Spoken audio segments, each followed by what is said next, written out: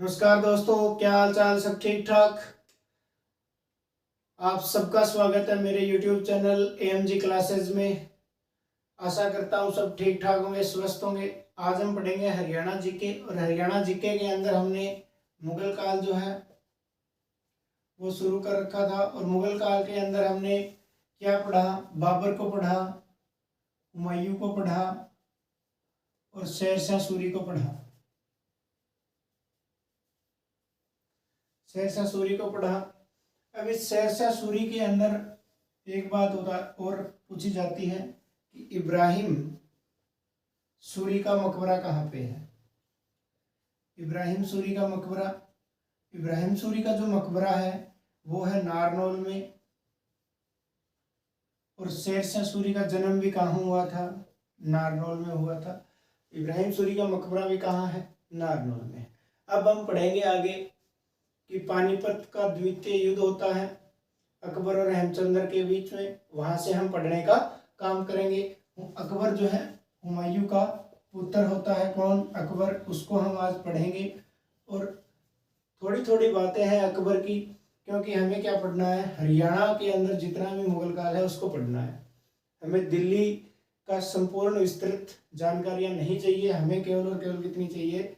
जितनी हरियाणा जीके के लेवल में हमें पर्याप्त है उतना ही हम पढ़ेंगे।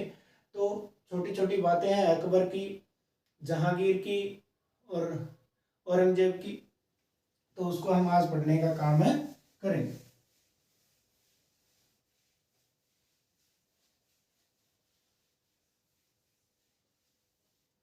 तो पानीपत का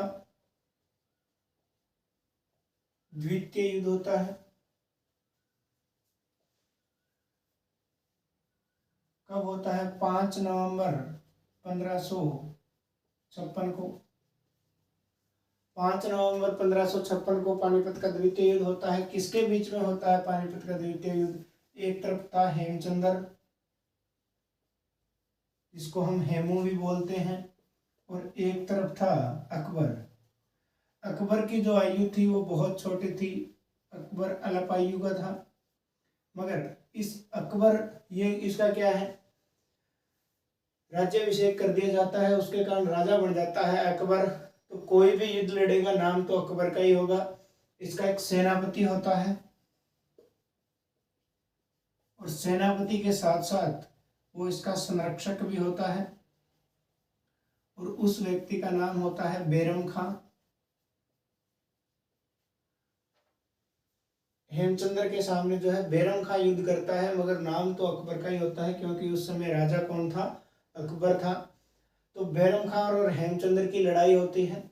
हेमचंद्र जो है लड़ाई जीतने ही वाला होता है, कि इतने में ही क्या होता है कि बैरम खां और मुगल जो सेना थी वो बिल्कुल परास्त होने के कंगार पे खड़ी थी, कगार के ऊपर थी।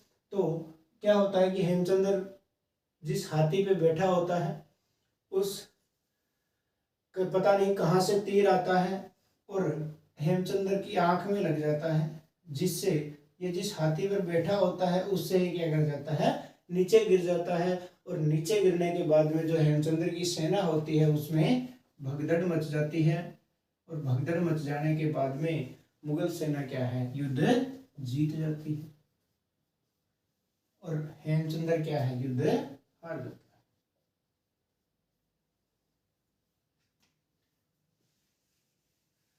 अब एक बात और पूछी जाती है कि दिल्ली की गद्दी पर बैठने वाला अंतिम हिंदू शासक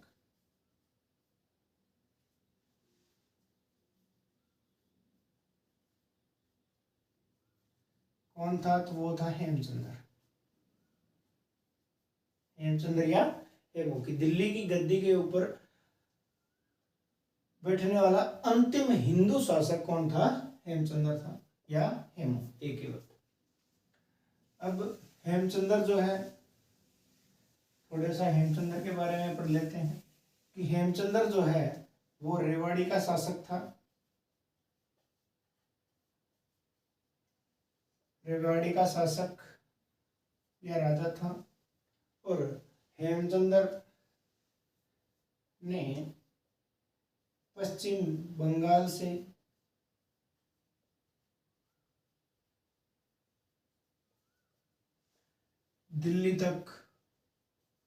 दिल्ली आते समय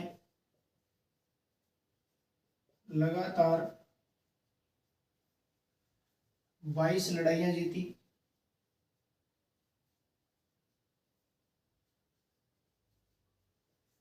कि हेमचंद्र जो है पश्चिम बंगाल में था और जब ये आ रहा था तो आते आते पश्चिम बंगाल से जब तक दिल्ली पहुंचा उसके बीच में इसने 22 युद्ध किए और 22 के 22 में इसको क्या मिली? जीत मिली।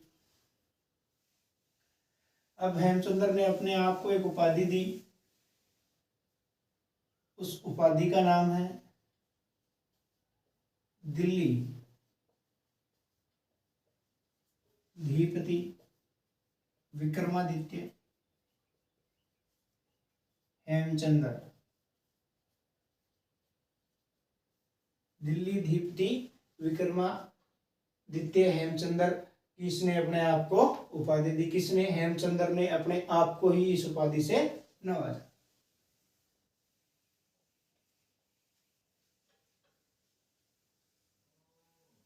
अब बात करते हैं 1607 ईस्वी की। 1607 ईस्वी में जहांगीर के, ये अकबर का पुत्र होता है, इसका नाम होता है सलीम, और जहांगीर की अपने आप को क्या देता है? उपाधि देता है। जहांगीर के कोषाध्यक्ष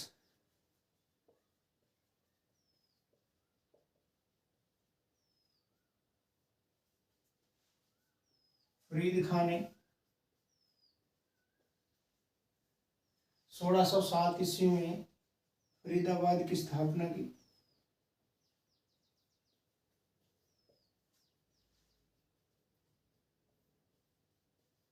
फरीदाबाद की क्या कर दी? स्थापना कर दी। किसने? जहांगीर के कोषाध्यक्ष फरीद खान ने। कब? 1607 ईस्वी में। और इस फरीदाबाद का जो है प्राचीन नाम जो है तिलपत रहा है। महाभारत काल में इसका नाम जो है तिलपत था, क्योंकि पांडवों ने 5 गांव मांगे थे, उसमें एक ये तिलपत भी था। तो तिलपत। अब जो है बात आती है 1632 ईस्वी की। 1632 ईस्वी में शाहजहां का शासनकाल था।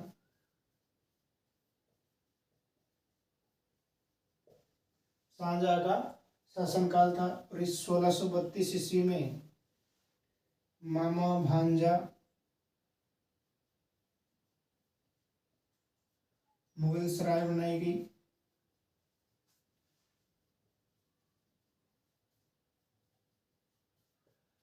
शासनकाल तो किसका था? शाहजहां का था, मगर ये मामा भांजा मुगल सराय जो है इसको फिरोज खान ने बनवाया।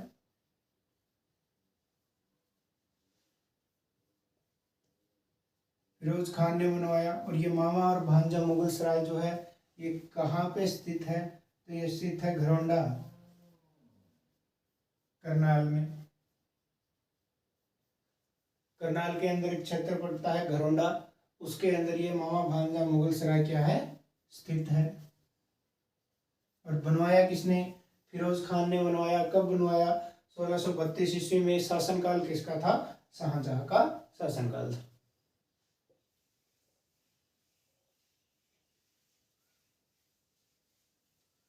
अब जितनी हरियाणा जीके के अनुसार हमें मुगल काल पढ़ना चाहिए, हम उतना ही पढ़ेंगे, ज्यादा हमें पढ़कर कुछ चाहिए नहीं। अब देखो आगे बात आती है 1666 ईस्वी की।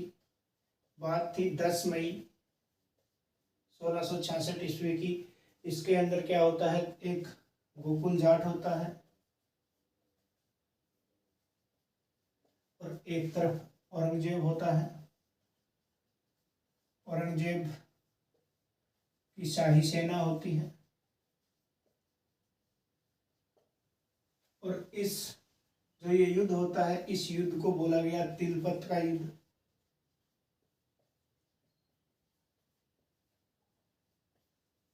कि 1666 ईस्वी में जो ये युद्ध होता है, इसके अंदर औरंगजेब की जो शाही सेना होती है वो हार जाती है और गोकुल जाट क्या होता है, जीत जाता है।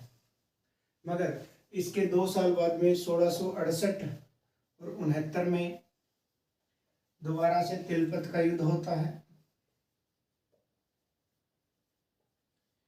और इस युद्ध में भी आमना सामना किसका होता है, एक तरफ होता है गोकुल जाट और दूसरी तरफ होता है औरंगजेब।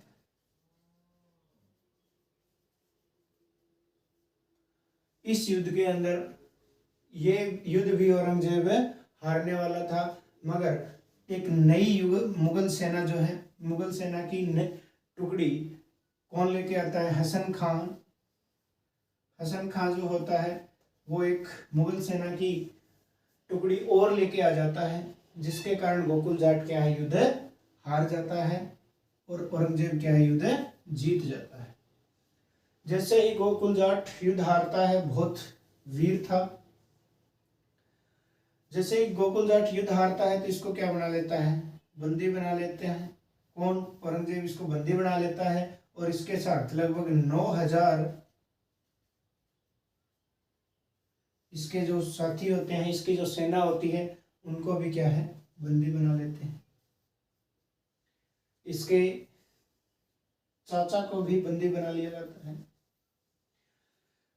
जब लाल किले के अंदर औरंगजेब बैठा था और औरंगजेब के सामने गोकुल जाट को पेश किया जाता है, और ये लगभग 9000 सेना थी, इसके अंदर हिंदू भी थे और मुसलमान भी थे।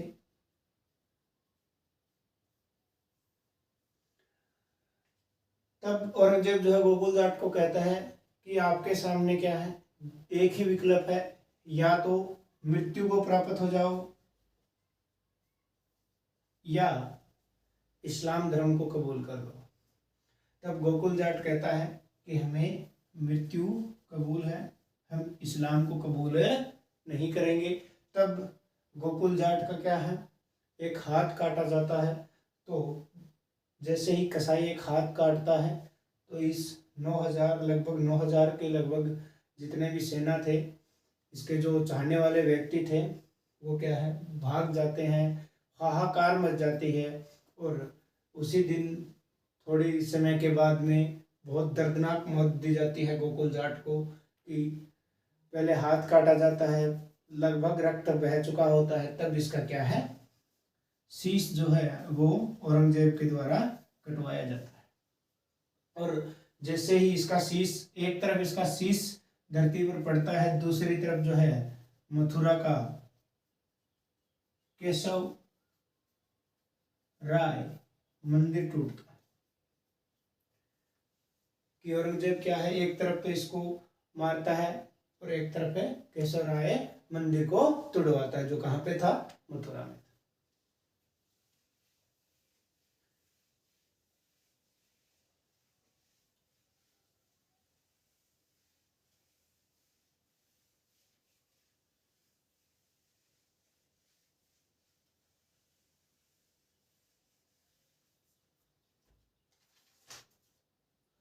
अब बात आती है 1672 ईस्वी की।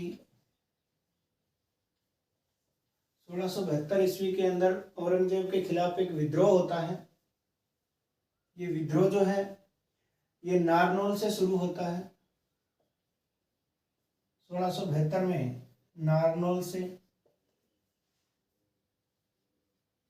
सनातनियों ने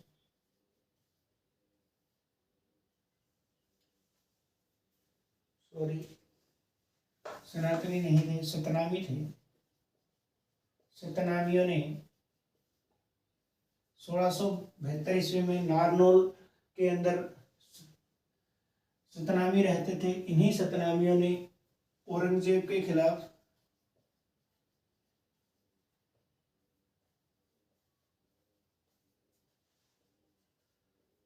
विद्रोह किया।